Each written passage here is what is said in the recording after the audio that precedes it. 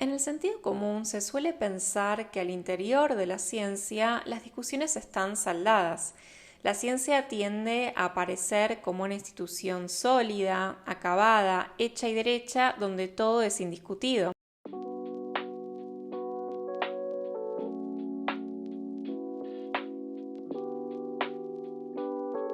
En realidad, hasta el día de hoy hay mucho debate acerca de las distintas metodologías y teorías aplicadas en las distintas ciencias.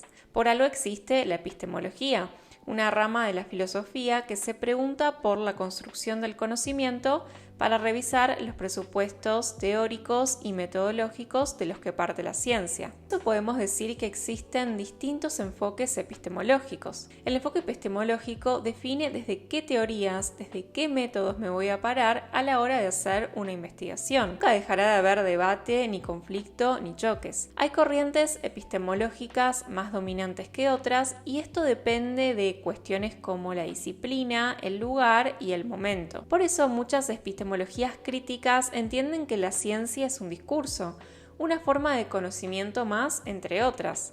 Y ojo, porque esto no significa caer en un relativismo ingenuo de sostener que todos los saberes dan lo mismo. Es entender que la ciencia no es el único saber ni único discurso válido para todo y para todo el mundo. Quizás a mí me funciona ir al curandero para una cierta dolencia y no a la medicina clásica. Quizás a algunos de ustedes la astrología los ayude a conocerse más que la neurociencia. Para otros puede ser el budismo, por ejemplo. Hay que ver para qué y para quién. Desde los enfoques más críticos se cuestiona la idea de que la ciencia es un ente superpoderoso que existe independientemente de los sujetos y los contextos, pensando que los sujetos que hacen ciencia estarían libres de presupuestos. Por ejemplo, en antropología llamamos reflexividad a la tarea de poner sobre la mesa nuestros presupuestos.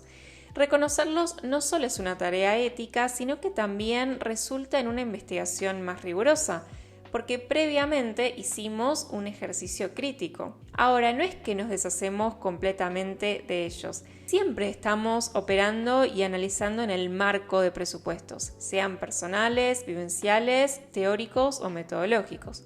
Y a eso apuntan las epistemologías más críticas, a reconocerlas, identificarlas y ver en qué medida están influyendo sobre nuestro análisis. Hagamos un pequeño repaso de la historia de la ciencia. ¿Cómo llegó a consolidarse el paradigma dominante y cómo empezó a entrar en crisis en el siglo XX? El paradigma moderno de la ciencia, como lo llaman muchos autores, se consolidó en el siglo XIX después de siglos de revoluciones científicas. Si bien los primeros descubrimientos surgieron en el Renacimiento, allá por el 1500, es recién en el 1800 que la ciencia como discurso se vuelve hegemónica. O sea que se vuelve el saber más legítimo y poderoso, desplazando otro tipo de saberes. La ciencia se consolida de la mano del iluminismo, un movimiento filosófico que creía en la luz de la razón como fundamento del progreso y del conocimiento. La ciencia se ubica como el modelo dominante que poco a poco tendrá que deshacerse de saberes denominados oscurantistas o irracionales, el pensamiento mágico, la religión, la alquimia. Es aquí donde surge una separación muy fuerte con la filosofía y también con eso que llamamos sentido común. Pero viajemos un poco al siglo XVI para explorar las revoluciones científicas. Entre las más importantes podemos mencionar la teoría heliocéntrica de Copérnico, la ley de la caída de los cuerpos de Galileo Galilei y las leyes de gravitación universal de Isaac Newton. Estas teorías vienen no solo a revolucionar lo que se sabía del mundo, sino a desafiar los mandatos divinos de la Iglesia, que era la institución dominante durante la Edad Media. Estos avances van a consolidar un paradigma científico que aspira a la formulación de leyes universales, bajo el presupuesto de que el mundo es algo estable, regido por leyes inmutables que tenemos que descubrir y a las que podemos acceder si aplicamos una observación empírica rigurosa partiendo de ideas y razonamientos de la matemática. De hecho, Galileo decía que la naturaleza era como un libro de matemáticas. De esta manera se va formalizando el método científico general, conocido como método hipotético deductivo. Este método toma por un lado el empirismo del filósofo inglés Francis Bacon, quien propone partir de una observación empírica pura, sin ideas previas, es decir, lo que conocemos por inducción, y por otro lado, el método toma el racionalismo del filósofo francés René Descartes, quien propone que se debe partir de la razón para conocer la verdad y lo general, o sea, lo que conocemos por deducción. Así, bajo este paradigma, la ciencia se propone como un conocimiento causal que aspira a la formulación de leyes a la luz de regularidades observadas para poder prever así el comportamiento futuro de los fenómenos. Aspira al orden, a formular leyes simples que reduzcan el caos y la complejidad del mundo.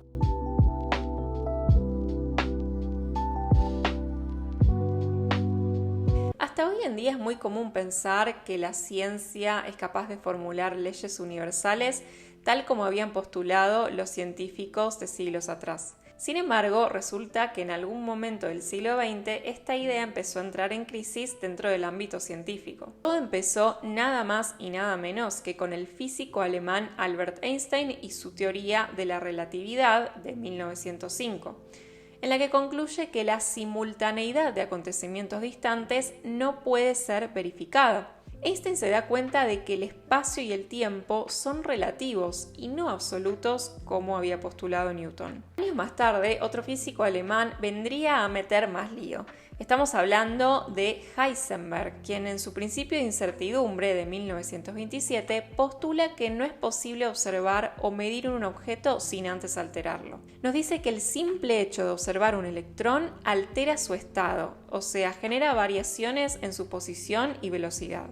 Unos pocos años después, un matemático austríaco llamado Kurt Gödel va a formular lo que se conoce como teorema de la incompletitud, donde concluye que, incluso siguiendo las reglas de la lógica y la matemática, hay proposiciones que no se pueden ni demostrar ni refutar. Básicamente cuestiona el rigor de la matemática que tan fundamental era para el método científico clásico. Décadas más tarde, en 1965, un físico y químico llamado Ilya Prigogine formula su teoría de las estructuras disipativas, donde postula que en sistemas abiertos la más mínima fluctuación de energía puede llevar a un estado nuevo. Esta teoría se enmarca dentro de lo que se conoce como las teorías del caos y la complejidad. Estos son algunos de los avances más importantes del siglo XX que vinieron a movilizar el método científico clásico, así como también la idea de ley universal. Porque en definitiva, lo que nos demuestran estos avances es que no es posible aspirar a leyes verdaderas o universales. O sea, cuestionan el principio de ley, de verdad, la idea del orden, de lo inmutable, de lo eterno. La naturaleza ya no puede ser conocida mediante leyes simples ni mediciones perfectas. La naturaleza es compleja, es caótica y cambiante, no es predecible. Por eso es que hablar de la idea de verdad en la ciencia es algo que ha sido profundamente cuestionado.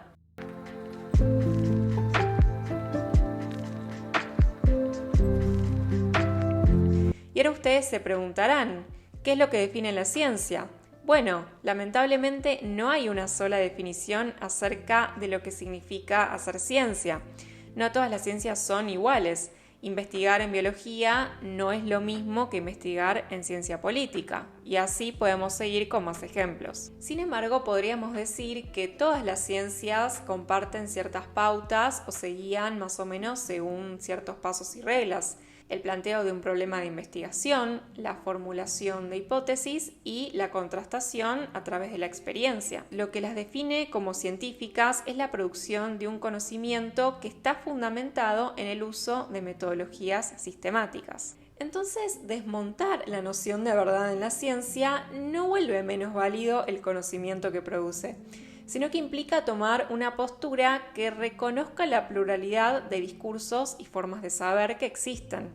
Cuando estudiamos la historia de la ciencia occidental, descubrimos cómo ésta fue construyendo una noción de verdad a través de la conquista y el poder sobre los distintos pueblos. Porque la pretensión de verdad en la ciencia vino acompañada por todo lo que fue el avance colonial de las potencias europeas. Se necesitaba de una ciencia que avalara la intervención sobre la naturaleza y los grupos colonizados. Desmontar la idea de verdad científica desenmascara el lugar de poder que ha tenido por siglos el discurso científico y nos invita a tener una mirada más crítica sobre la producción del conocimiento.